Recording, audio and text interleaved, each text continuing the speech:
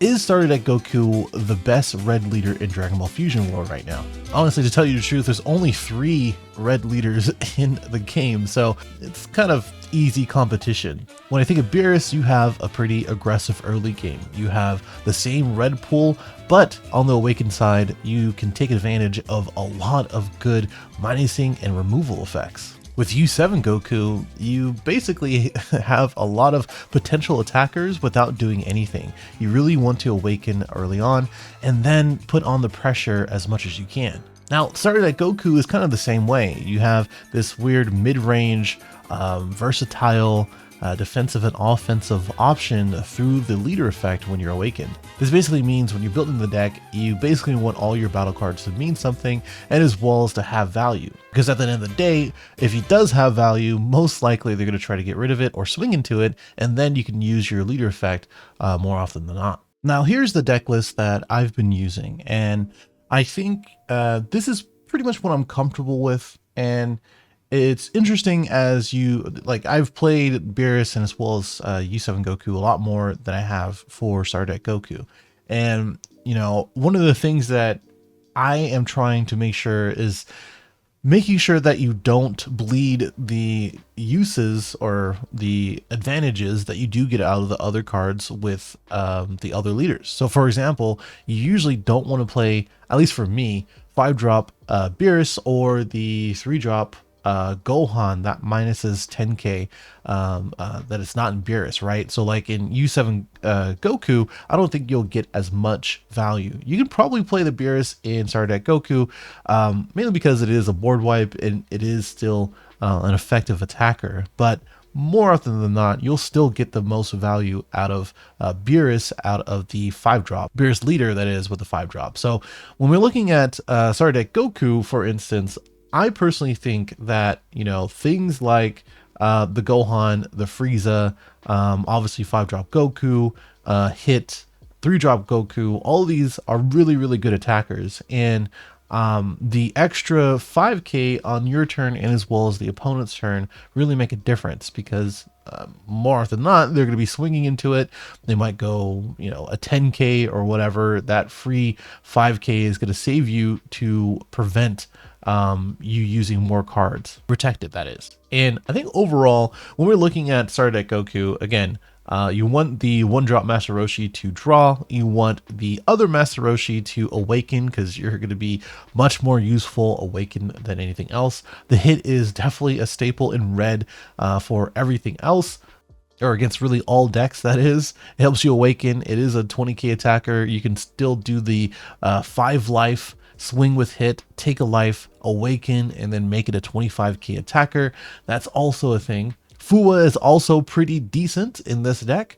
You know, I'm back and forth on it, but I think what I like about this is that I run the 4-cost Gohan, where you can pay 2 for this. If you have the Gohan on field, you can get rid of a 25k body, which is usually like 5-drop Goku, the Cell Goku that is, or something else where it's enrested. So if it's a 17, 18 type thing, you can swing right into it and it'll probably get got. We also have the Awakeners, which the Krillin and as well as the 17, you know, the more I play this deck, and as well as red itself, the more that I wonder if you can remove some of these self-awakeners and just let yourself or let the opponent awaken, especially since you run Hit and as well as Master Roshi, right?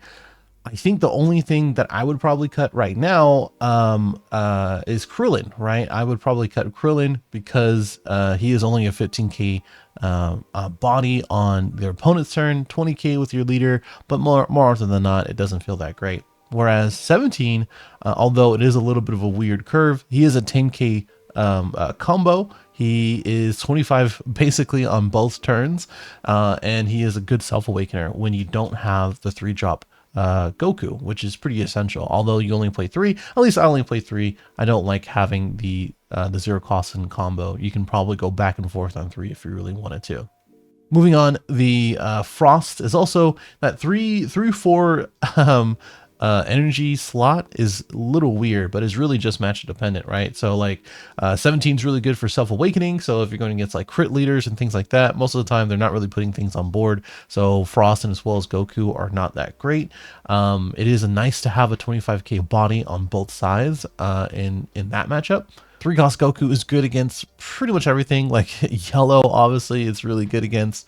I've been back and forth on Frost, but I think I'm going to keep him in there. While your matchup is good against red in general, it doesn't always have to apply to red. I think, 20k power is still something to keep in mind for every single deck. You got to think about it, where if someone is trying to take game, for instance, but they don't have removal for a Frost, they can't use their 1-cost, 2-cost, or whatever to take game or get that extra life. And again, it really just depends on the matchup. Otherwise, it is just 10k power and as well as charge fodder.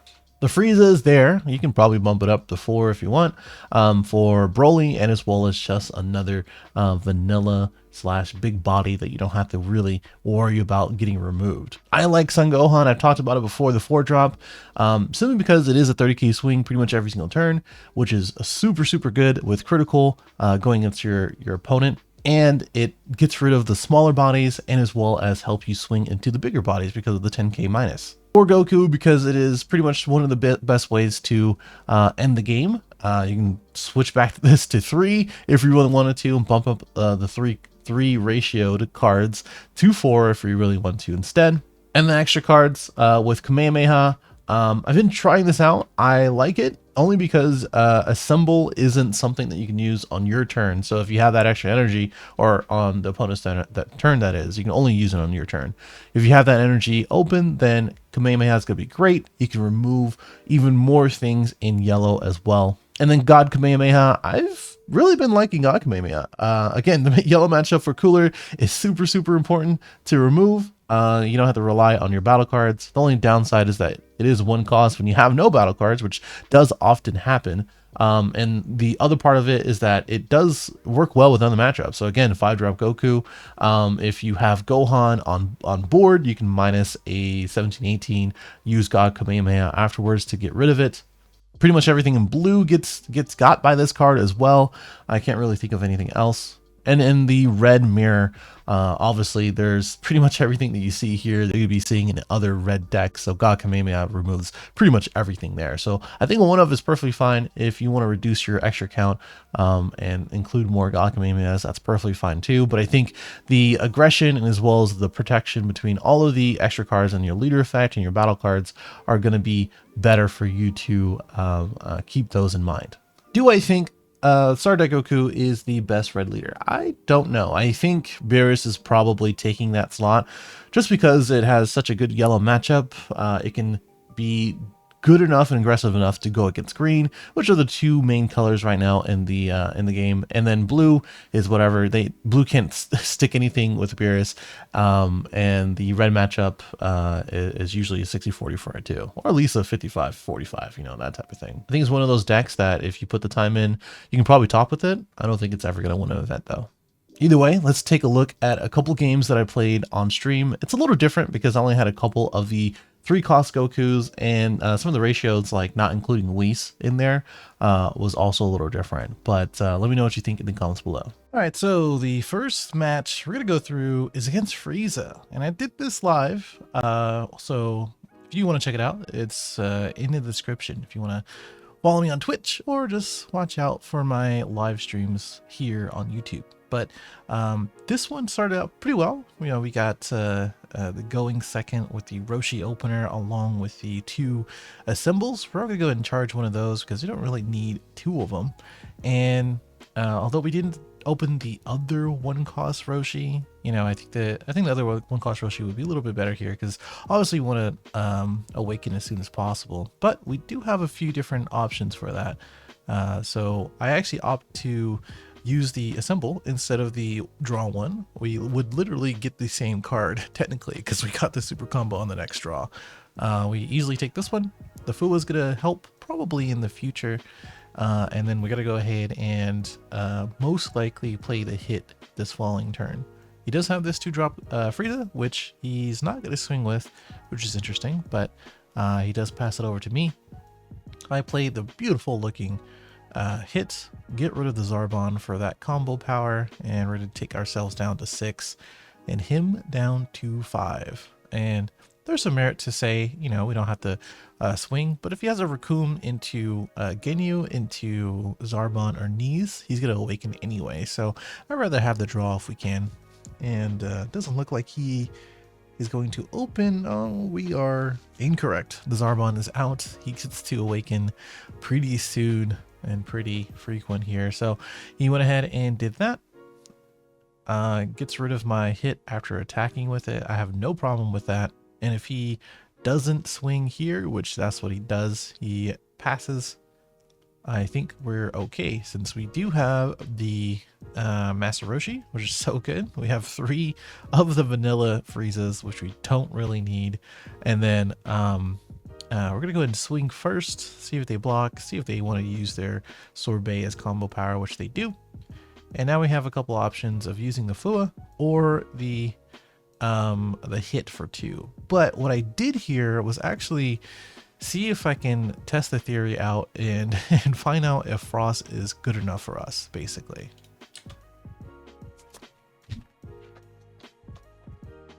And that's pretty much going to be the thought process when it comes through, or it comes to the rest of this game, right? Because basically Frost says you can't do anything with your field, and unless you tap it down and try to swing into it, which you're gonna spend resources for all of that. Also, he whiffed on the Zarbon from what I can see. That's pretty much what it is, right? Like, you can't really do too much when you have to put so many resources into a Frost, which that's what we're looking at right now, right? We're gonna combo off the 10k and then right into a super combo, which we didn't really have to do that. But the thing is that if we prevent the leader swing, we would basically be safe from all the other attacks when you think about it. So that was kind of my thought process for that. And he's going to go ahead and try again next turn, either through another Frieza or a cooler. And what I do here is basically go for the least amount of resistance. By the way, I misplayed last turn because I didn't use the starter deck Goku's ability. So I should have used the ability and then used a super combo instead of losing a 10k. So that's one of the things of like the value slash balanced part of the leader is, right? And since he swung 20 here, I'm just going to easily go 25. And now it gets a little scary because he is focusing everything, all of his resources on my my Frost. And in the stream, basically I was saying, do I really want to commit this many resources if he's committing this many resources? Because what's the alternative, right? The alternative is that the Frost is down, it's out of here, right? And I can technically remove it if I really tried in the following turns. And if he doesn't have any more coolers or Friezas, etc., then he can't really touch it. Now, the other part of it is that since I did keep it here, he has not swung at anything else. My 4-cost Frieza is fine. My life is fine. I had a pretty hefty hand because I went second. And basically, this is in the place where I get to play Goku, and he's at 2. He used so many cards in hand to go against the Frost, and because of that, I get to take advantage of that. And now I get to go into his last 2 life, which, you know, I think for another experienced player, which this guy was silver, right? You gotta realize that like a lot of people who are playing the game might not be in God rank, might not be experienced, you know, that type of thing. And I don't think it's gonna get any better anytime soon until they update it. But that's one of the things. It could be a little different against maybe more experienced players. They might just even ignore it, focus on the 4 costs and as well as the Friezas, that type of thing. So as we see another Frieza, the 5-cost Frieza and as well as the 4-cost Frieza, those are the ones that they'll focus on. But here's the thing, I have another Goku in hand, and he's at 2 life, so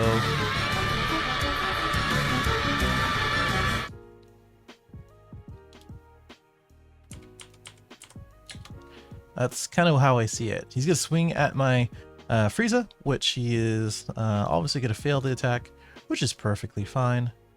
And swing with his Frieza again. I'm gonna have to take that one because I just don't have anything in hand to use. So what we do here is basically I'm gonna swing into his Ginyu. I guarantee that to be gone. Get another card in hand. Draw another one with Master Roshi. Could have been better. Not getting another or getting another 10k is nice. We go to 40 with the leader and then 30 more with the combo, and basically just, you know, basic math. Unless he had more super combos, which he already used like 2 of them, I'll likely not gonna win that one. So that was game 1, and very interesting game trying to utilize Frost. All right, next up is going to be a Goku mirror, which at first I thought it was going to be started at Goku mirror. It was actually U7 Goku. Their art is so similar, it's actually crazy. But if anything, we are going first. We did open up the not Goku, but the Master Roshi, which we didn't unluckily get a symbol, but that's okay. We went ahead and took a life and got a hit, which is perfect for us since we actually have something to play next turn, and it's something to remove his Master Roshi, which is nice. So he does take a life, and he does use the free symbol, so he's lucky enough to have that, and I didn't. Is what it is. He does swing at me. I'm going to happily take the life and then draw a 3-cost Goku, which is also nice to have. We do charge the BRSs. I didn't talk about it here in this deck profile, but I did mention it on stream where basically I think the BRSs are not really needed in this deck. So, you know, I ended up charging them more often than not. All the other 3 costs that I have in the deck were just better. But we did the thing where we took the life from Master Roshi and then also hit to awaken. We did use a free assemble to get the super combo as well from the top 5. And now he has his own hit, which is a little annoying. He does swing at me instead of the other hit. Gets rid of, actually doesn't get rid of my Master Roshi, which is interesting because he is a 10k power, combo power. So I don't know. Maybe the thought is that I have leader effect, and maybe I would just use leader effect instead. I think we just get rid of the Master Roshi. It's the perfect 10 for the 10 or for the 20. And he actually plays out the TN. And the reason why I saved it is because everything else in my hand is better for the next few turns, and that's the only card that I didn't really mind getting rid of, basically. We swing 20 into 20 into the TN, and the reason why for this is because we have the 3-cost Goku, and basically all it really means is that we're going to be popping it. And if he wants to waste the card on protecting the 20k, then it's going to be good for me because I'm just going to pop it anyway. I was struggling to click the button for the for the leader effect, but we went ahead and went 30, and he took it pretty happily, it seems like. It's very possible he throws down his own, throws down his own Goku. It's gonna pop my my hit. My hand is looking pretty scarce in comparison to his, so that's a little annoying, but we do use the leader effect along with the 5k we don't care about, which is the hit. And we might have to let this one go depending on where he goes on combo power, but because he went to 30, a quick 35 as I cat jam on stream went ahead and worked out for us. So now we play the Gohan, and this is why I like Gohan. In a situation where he's at 3, he definitely doesn't want to take another life. He needs to super combo or get 2 cards out of hand, which is perfect for me because when I start going for game, I want to make sure he has the least amount of cards, if anything. Our 25 to 15 is perfect. He goes down to 2 for some reason, and now he's in range for 5-drop Goku. So he might play his own Gohan, but the difference between these two decks with U7 Goku, sure, you're good on the swings and stuff like that on your turn, which this guy is actually pretty good too. But I get to protect my battle cards a little better than he can, or at least more efficiently. And the thought process here is that he's only going 20 to my 10k, and I have a free leader effect, and basically I'm going to be losing one of these guys. So if he wants to choose that guy, then that's fine. I can't really do too much about it. And what we do here is minus 20, the 30k, makes it easy for the 10. And then now we are just going to go in slightly, a 50k swing for double. And I don't think we really need to swing with the 3k or the 3 cost. So we can probably pass pretty easily. But he goes with 55, loses 3 cards in hand. But I think we go ahead and swing. And I think the thought process at the time is that, you know, I have 2 super combos. I can protect pretty well. And at the end of it, I can basically just dump my hand with my leader instead. He actually plays the Beerus, which is a little odd for me because I don't think the Beerus is all that great. I think it's good against like go wide a little bit, like more than more than what I've provided. But I don't think it's that effective here. You only got rid of one thing and you still have to swing into my battle card and now you get the critical. So I easily use the leader effect and get out of it. And I think what we do here is just not charge. We basically have leader swing, this 5k swing, another 5 cost swing, and then dumping hand after that. So I think we're sitting pretty well, honestly. He gets out of the first swing, we go to 40 on the second, and then we're gonna go 35 and then plus whatever we have in hand, and that should be game, unless he has like the sauce. Like he has the sauce. Which I don't think either way he can get out of it, because either like he would have 2 super combos, he only gets a 60. So that was it. We went ahead and took that one, and let me know what you think in the comments below, and if there's any other decks or whatever that you want me to break down, do gameplay of. I'll see you in the next one.